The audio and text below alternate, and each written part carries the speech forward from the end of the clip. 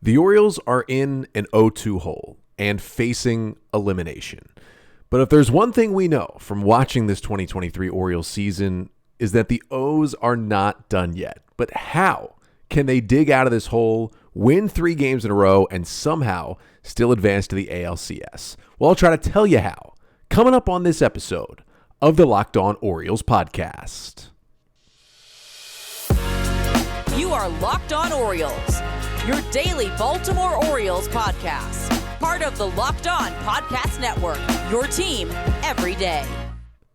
Hey there, Orioles fans. Today is Tuesday, October 10th, 2023, and welcome back into the Locked On Orioles podcast, part of the Locked On Podcast Network, your team every day. As always, I'm your host, Connor Newcomb. And coming up on today's episode, we're going to take a look forward at this ALDS for the Orioles. Game 3 is tonight. The Orioles down 0-2. They got to win 3 games in a row to save their season. But they've done it before plenty of times. I'll try to tell you how they can do it again, climb out of this hole, beat the Rangers, and advance. Talk a little bit about Dean Kremer, what he can do tonight as he gets the start in Game 3, how the offense could potentially jump on the Rangers and Nathan Eovaldi early, and then just in general, one hitter who's been struggling, who the Orioles really need to get going. But that's all coming up on this episode of the Locked On Orioles podcast, which is brought to you by Jase Medical. Empower yourself when you purchase a Jase case, providing you with a personal supply of 5 antibiotics that treat 50-plus infections. Get yours today at jasemedical.com. That's J-A-S-E medical.com. So we jump right in today.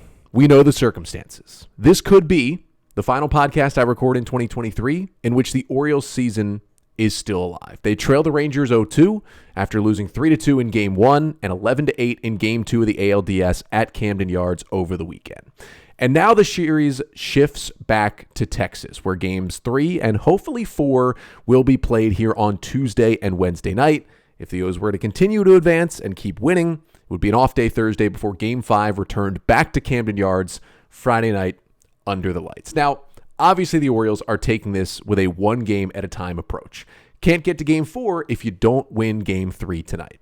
But of course, it's hard to not think forward because even if the O's do win in Game 3, they're not out of the woods yet. They got to find a way to win 3 straight games. And they've dug out of holes before. This is an Orioles team that has not been swept since May of 2022, 93 consecutive series. Hopefully they can at least make it 94, win tonight, and keep the season going. This is a team that, when they've looked their most down, when they've lost the first 2 games of a series, specifically talking about, most importantly, that Rays series in September, they turned it around and just casually won 5 straight later in the month, won the AL East, but specifically in the Rays series, turned it around and won 4 straight, including the final 2 games of that series. And they got to do that again here to keep their season alive. But how can they do it? I'm going to get you 3 things that I think the Orioles need to do to somehow win 3 in a row and still come out victorious in the ALDS. And the first thing is they need a good and deep start from Dean Kremer on Tuesday night in Game 3. Orioles announcing on Monday that Dean Kremer would be the Game 3 starter. He was kind of the assumed starter at this point for Game 3, especially when we knew John Means wouldn't be on the ALDS roster with that elbow soreness. Most assumed Bradish Game 1, Rodriguez Game 2, and Kramer Game 3, but he does officially get the nod. Dean Kremer, who had a 4.12 ERA in 32 starts this season with the Orioles, stayed healthy and really mostly got better as the year went on. He was great in the second half, stumbled a bit in early September, but in his 2 biggest starts, the 2 ones that would have been closest to a playoff game, Dean pitched pretty well. You go back to that Sunday game against Tampa, Orioles needed that one to stay ahead in the division. He goes 5 innings of 1-run ball, 2 hits, 5 Ks, and 2 walks. And then Kramer started the AL East clinching game last Thursday and pitched well in that one. 5 1/3, no runs, 2 hits, 8 Ks, and 1 walk in that one against the Red Sox. Those are 2 good offenses, Boston and Tampa Bay, that Kramer pitched against. Now, he had some starts where he really struggled in September as well. It was quite a roller coaster final month for Kramer, but he was really the steadying presence in the Orioles rotation for a lot of this year. Now, Kramer has his drawbacks, as I have talked about on this podcast, and it was one of the reasons why, when I was putting together what I thought the O's roster would be for the postseason, I thought they should potentially start Bradish, Rodriguez, Means, and Gibson and put Kramer as like a Swiss Army knife in the playoff bullpen. Now, they couldn't do that because of the Means injury, but my concerns about Dean Kremer are he gives up a lot of hard hit balls, and sometimes that can really hurt you, especially in the playoffs, especially against an offense this good like the Rangers have. We've seen them hit the ball hard in the first 2 games of this series. It could blow up in Dean Kremer's face. I've talked about how he's like the world's, biggest game of Jenga sometimes, where it just feels like at some point he could pull out the wrong block and it all comes toppling down. I mean, he's walking on thin ice a lot of the times when he's out there because he allows so much hard contact. And it did come toppling down early in the season and sometimes in September as well, but he's still been good. Now for Kramer, we do have one start that we've seen from him against the Rangers this year. It was May 27th in Baltimore. 6 1/3 innings, 3 runs, 5 hits, 5 Ks, and 2 walks. Not terrible, right? That's a quality start. Pitches into the 7th, gives up 3 runs. Orioles lost that game 5-3, but I would call that a good start from Dean Kremer. But when you dig into it a little bit more, it gets concerning. Rangers had 11 hard hit balls against Kramer. About half of them were hit over 100 miles per hour off the bat. And a lot of those hard hit balls were on the 4-seam fastball, which is generally Kramer's number 1 used pitch. And it's a pitch that the Rangers hit hard against Grayson Rodriguez on Sunday, and they're going to be ready to do again on Tuesday against Kramer. Now, Kramer did throw more changeups in that game against the Rangers than he generally throws. He was 14% changeup, trying to neutralize all the lefties in that order a little bit, and I would expect him to do some of the same here tonight in Game 3. But he's got to be really good. And here is the issue. Now, Brandon Hyde did say that it's all hands on deck in Game 3, which it should be. You can't get to Game 4 without winning Game 3 and keeping your season alive, so you got to have everybody ready to pitch. And that could include Kyle Gibson, who is, at this point, an option of a presumed Game 4 starter if the Orioles get there. It also could include Kyle Bradish for maybe an inning if you really needed him to keep your season alive. Basically, every pitcher on that roster besides Grayson Rodriguez could throw here in Game 3 to help the Orioles get there. But Kramer pitching deep, and I'm not talking about pitching 8 innings, but at least getting through 5 solid innings and keeping the O's in the game would be huge for not just their chances in Game 3, but their chances in the series as a whole. Because yes, the entire bullpen got the day off, got the day of rest on Monday, the travel day to Texas. But the bullpen, as we know, was used a lot in the first 2 games. 4 2/3 from Bradish, an inning and 2/3 from Rodriguez in the first 2 starts. That is a lot of bullpen outs that the Orioles had to get. And it was coming off of 5 days of rest, so the bullpen was ready to do it, and they get another day of rest Monday. But you don't want to go back to them that early again, because if you do, the Orioles could still win Monday's or Tuesday's game. Even if Kramer can't even finish like the 3rd inning, they could still win the game. But if they have to do that, once they would get to Game 4, I'm worried that bullpen would be so gassed after those 3 short starts that the series would be over after 4 games because it would just be too much against maybe the second best offense in baseball in the Texas Rangers. Now, you'd love to save Kyle Gibson, but if you have to use him, you have to use him. But if Kramer can get through 5 innings, you would have to think, unless it goes extras, Kyle Gibson is not pitching in this game. Kyle Bradish is probably not pitching in this game, and you have them both ready to go for Game 4, which would still be an elimination game. If Kramer can get through 5, you can go to your relievers, which are still rested enough to pitch.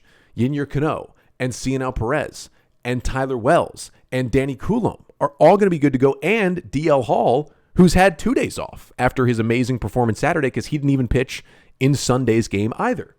So you would have a chance here to go to your best guys. And if Kramer can get you 5 innings, even if it's like 5 innings of 2-run ball from Dean Kremer, I think that would put the O's in a huge spot. Not just to go to the good bullpen, the good part of the bullpen, and lock down a win in Game 3, but set them up to start either Bradish or Gibson in Game 4, have the other one out of the bullpen. Yes, it would be Bradish on short rest, but if the season's on the line, maybe you go back to your best starter.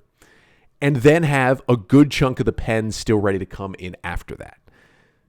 So if Kramer can just, and again, I'm not asking for 7 or 8, but if he can just give him 5 solid innings.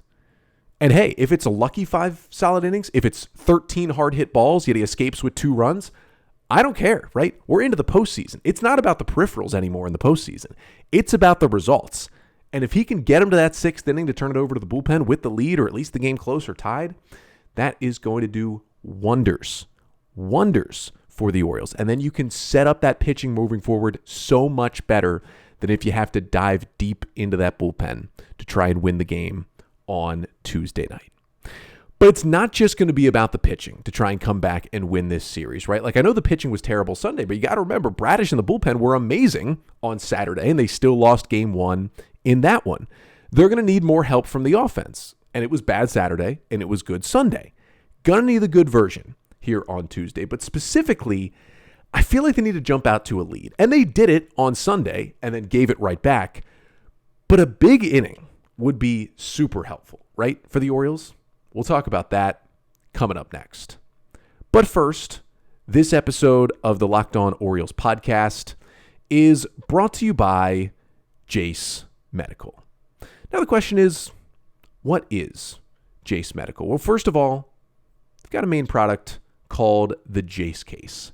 It's got 5 life-saving antibiotics for emergency use. And all it takes to get a Jase Case is you fill out a simple online form, jump on a quick call with one of our board-certified physicians, and you can get ongoing care from those physicians as well. And Jase Medical, in general, it's simple. You go online, you fill out the form, then you get those prescription life-saving medications sent right to your door. And you can get $20 off on these life-saving antibiotics today from Jase Medical by using the code LOCKEDON at checkout on jasemedical.com. That's JASE Medical.com. So for the Orioles, it is do or die at this point. They're down 0-2 at a best-of-5 ALDS, needing a win tonight in Game 3 to keep their season alive. And I'm going through the 3 things I need the Orioles to do, and I think the Orioles need to do, to come back and not just stay alive tonight, but win this entire series. The first one was Dean Kremer getting somewhat deep into the game as he starts Game 3. The second one is, I think the Orioles need a big inning early in a game. And whether it comes on Wednesday or if they battle through, get a tight win Wednesday, even if it could come Thursday in Game 4 if they get that far. Either way, they're going to need a big inning here. And yes, they did it somewhat a couple of times in Sunday's game, right? They got 2 in the first on the Aaron Hicks 2-run single with the bases loaded. They got 2 in the fourth when they stayed in the game. They got 3 in the ninth on the Hicks 3-run homer. And those are solid innings. But a couple of those came when they were down by a lot of runs. It was really nice to see Hicks get the 2-run single in the first because it was the first time in Game 1 or 2 that the crowd really got to explode. Then, of course, Grayson Rodriguez goes right back out there, gives up a 5 spot in the top of the second, and all that energy was gone. So a little bit of this is getting the big inning and then getting somewhat of a shutdown inning the next time you go out there. But even bigger than a 2-run inning, I think would be huge here for the Orioles. And I get that, right? That's like a pretty obvious thing to say, but the O's haven't really done it yet. They have barely led in this series. They only led at the end of that first inning. Remember, the Rangers had 2 runs on the board to tie the game at 2 in the second before Rodriguez even had recorded 1 out in the top of the second inning on Sunday after the Orioles spotted him the 2 runs. So really, when you think about it, they have barely led in this series. Just getting a lead for a couple of innings and settling down would be huge. First time to see it in the playoffs. And a 4 or 5 run inning like Texas had in the second and in the third on Sunday would do wonders for this Orioles team, because not only would it take the pressure off Dean Kremer, or potentially if they do it in Game 4, whoever's pitching then, but also it just gives you a chance to relax and know, hey, if I give up a home run to Corey Seager or Marcus Semien or Mitch Garver, and it's a solo shot or a 2-run shot, it's not the end of the world because my offense just gave me a big inning and gave me a little bit of cushion to work with. Because I feel like Bradish and Rodriguez somewhat were trying to be perfect with these razor-thin margins against this good Rangers offense. If the O's in the first 3 innings can put up a nice crooked number, 3 or 4 or 5, little bit of pressure off of Dean Kremer, right? Just to pitch a little more fluently, throw more strikes, not try to be so precise when he's out there on the mound. And here's the other thing. If you get a big inning like that in a playoff game, and maybe not so much in a Game 3 when you're down 0-2, but maybe the O's win Game 3, right? And they get a big inning early in Game 4. Then the pressure goes right back on the Texas Rangers. They don't want to let that thing go to a Game 5. They don't want to let it go back to Baltimore. when you get a big inning off a starter in the postseason early in the game, generally that team is going to pull that starter, like the Orioles did, pulling Grayson Rodriguez in the second inning Sunday because they just had to. Brandon Hyde couldn't let it get any more out of hand in that 5-run second inning alone. And, I mean, the Orioles did a nice job against Jordan Montgomery on Sunday, right? 2 runs in the first, 2 in the fourth. Like, there's a chance that, they got one in the fifth off him as well. There is a chance that if, Texas hadn't already scored 9 runs, that Jordan Montgomery is out of that game in the fourth inning. Because if it's like a 3-3 game at that point, 4-3 game as the Orioles are taking the lead, they're probably pulling Montgomery because they feel like he's getting hit a little bit. He's walking some guys. He's just not looking super sharp. But because Texas spotted him a 9 spot in the first 3 innings, Bruce Bochy could roll with him a little further. Now, he still pulled him in the 5th inning, but if that's a closer game, he's out in the 4th maybe or even earlier. And then you can get into this Texas bullpen. And I know Cody Bradford, the lefty, came in and did a fantastic job in long relief for the Rangers in Game 2. But otherwise, the Orioles have looked good against the Texas bullpen. I get that they didn't score against them, or at least the normal members of the bullpen in Game 1, but they got a lot of base runners there. Game 2, once they got past Bradford, they got hits off Brock Burke. They got the 3-run homer off of Leclerc. This Rangers bullpen is by far the weakness of that team. If they can get into the bullpen, and I get Andrew Haney, right, was pulled in the 4th inning in Game 1, but they then went to Dane Dunning, who's another starter. They didn't get into the real bullpen until the 7th inning. Game 2, yes, they pulled Jordan Montgomery, but they went to Bradford, who's really another starter. Both times, once they got into the real relievers, they started to look good. If the O's can get a starter out in the 3rd inning with a big run or a big inning here, then even if you have a guy like Martin Perez come in for the Rangers and, pitch in bulk, or, Dunning comes out there again and pitches a couple of innings, you're going to get to the real members of the bullpen, the back end guys, maybe the middle relievers, their Brian Bakers, their Jacob Webbs, their Jack Flaherty's, because they've got some in that bullpen too. Trust me, we just haven't seen them yet because the Rangers have been playing so well. If you get to those guys, that's when the Orioles can tee off because that bullpen is not very good. Get yourself a lead for the bit. Get into the real mushy part of that Rangers pen. Like, get some more Brock Burke. Like, get to some Grant Anderson. Get to some Matt Bush or some Chris Stratton in that bullpen. Then you're cooking because those guys have all given up a lot of runs here this season, and that could help you maybe pull away in one of these games, right? Because then if you can pull away, really, then you get a good start from Kramer. Pressure's off. Maybe he can go 5, 6 or more innings. And then maybe you can use Brian Baker again, but in a 6-run game. Or maybe you can go back to Jack Flaherty for an inning where you don't have to worry about him giving up, 1 run and that tying the game or anything. That would be huge for the Orioles. And I get all of that is pretty obvious, but you're going to have to do it if you want to win 3 in a row and win this playoff series. And it would be nice if they did it against Nathan Eovaldi Tuesday night in Game 3. Eovaldi, the veteran right-hander, will be the Rangers starter. 3.63 ERA for Eovaldi in 25 starts for the Rangers this year, but really a tale of 2 seasons. He was really good through July, went down with an injury, missed about 2 months, came back in September, and Eovaldi was horrible in the month of September. Horrible. He went out there in the month of September, 20 1/3 innings, had a 9.30 ERA, did have 21 Ks, but allowed 26 hits, walked 13, gave up 7 homers in that stretch. He was horrendous. And then all of a sudden he flipped a switch in the playoffs. Pitched Game 2 of the wild card series against the Rays, 6 2/3, 6 hits, 1 run, 8 Ks, no walks, clinches that series with the 2-game sweep over Tampa. If the O's see that version of Eovaldi, their season might be over. If they can get to him early, like teams did a lot in September when he returned from the injury, that can be a different story. Now, these Orioles necessarily haven't seen Eovaldi a lot. Eovaldi did not pitch in either series between Baltimore and Texas this year, so he has not seen the Orioles in 2023. But this is a guy who's pitched against Baltimore a lot. He's been with the Yankees. He's been with the Red Sox. He's thrown 97 2/3 innings against Baltimore in his career and has a 3.23 ERA. Like, he's been good against the O's.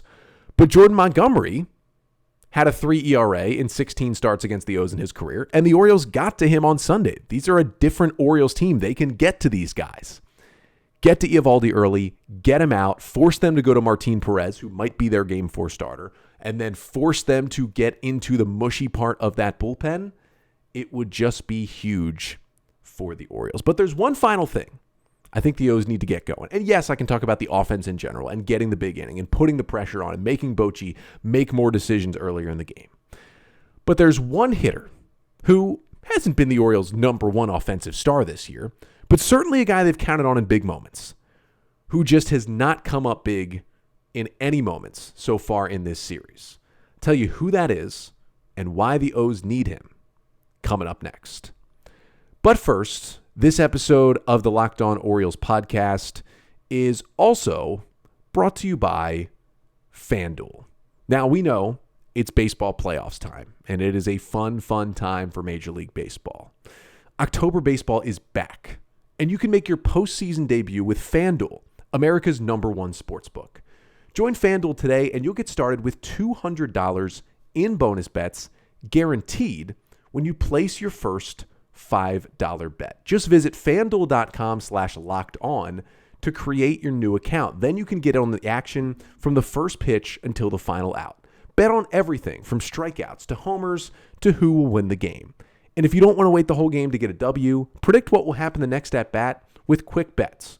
So head on over to FanDuel.com/lockedon right now.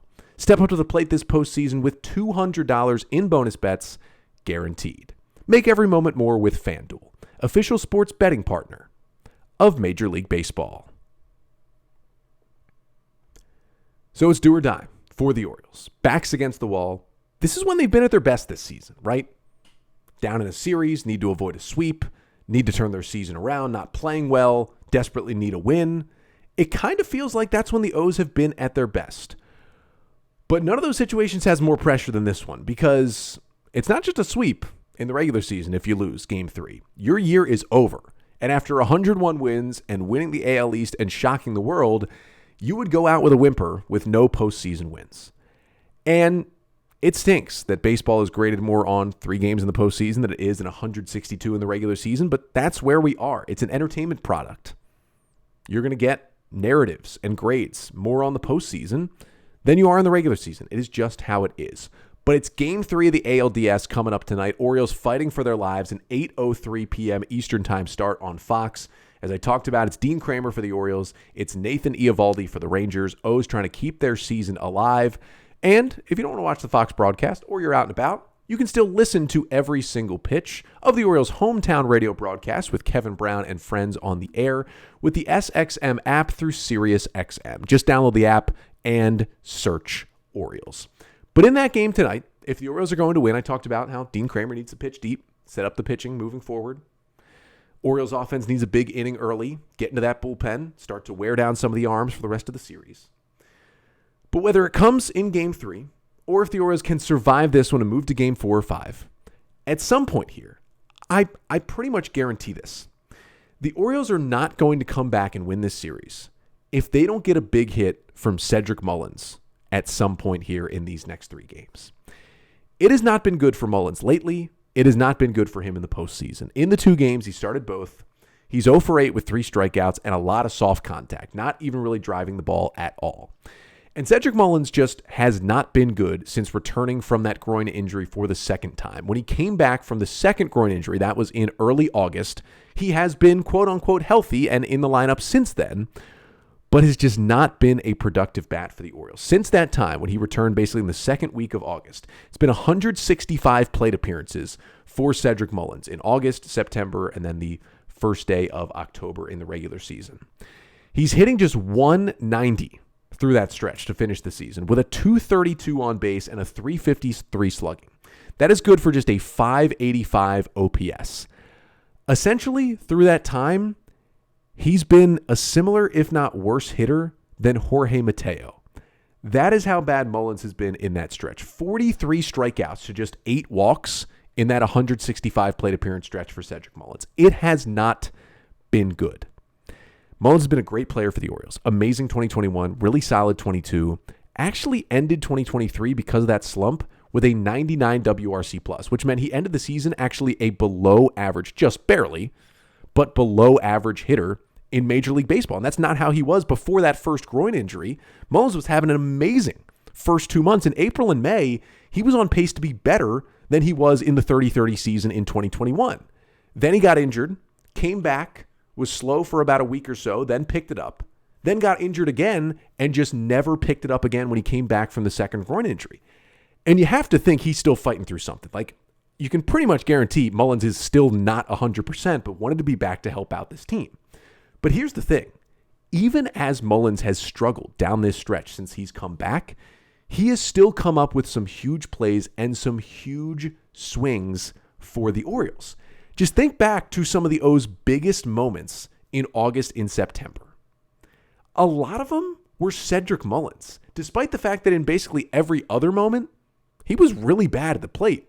Now, some of this has to do with the fact that even with Mullins' struggles, he was basically the Orioles' best hitter with runners in scoring position all season, and that's on the team that led the league in batting average with runners in scoring position. He was like the best quote-unquote clutch hitter on baseball's clutchest team. That's who Mullins was, and it kind of felt like in innings 1 through 7, he wasn't much of a factor, and then when we got to the 8th and 9th inning, it was time for big swings from Cedric Mullins. I mean, think about it. August 13th in Seattle, he robs the homer in the bottom of the 9th. He hits the 2-run homer in the top of the 10th to win that series for the Orioles. Just an incredible game, the Cedric Mullins game. Think back to, September 2nd in Arizona. Hits a big go-ahead 3-run homer in game 2 of that series. September 11th against St. Louis. Hits the huge go-ahead grand slam in that Monday night win.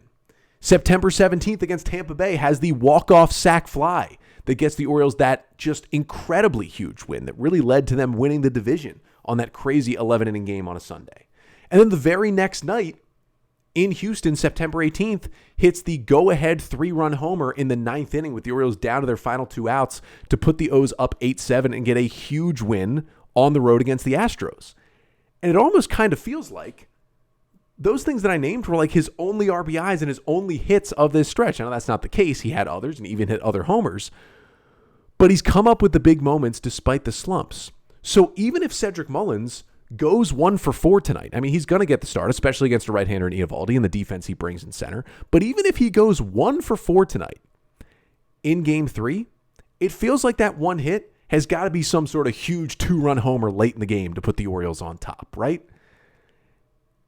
He hasn't really carried them offensively, but a lot of the big moments this year, especially late, even with the struggles, have been Cedric Mullins. And a lot of the comebacks and a lot of the turnarounds in the middle of the season have been Cedric Mullins.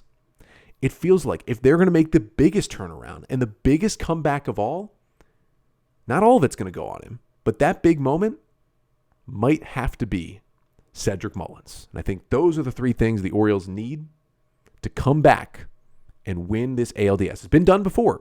10 teams in the Division Series era have come back from down 0-2 to win a DS. Most recently, Aaron Hicks's 2017 Yankees did it against Cleveland that year. It can be done.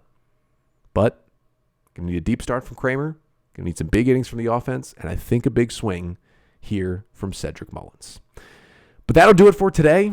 I will be back tomorrow. Hopefully, I am in your ears, in your car stereo tomorrow, talking about how the Orioles season is still alive with a win. But even if it's not, and even if the season is over, I'm still back with tomorrow's episode recapping Game 3 of the ALDS. But until then, I'm Connor Newcomb, and this has been the Locked On Orioles podcast, part of the Locked On Podcast Network. Your team every day.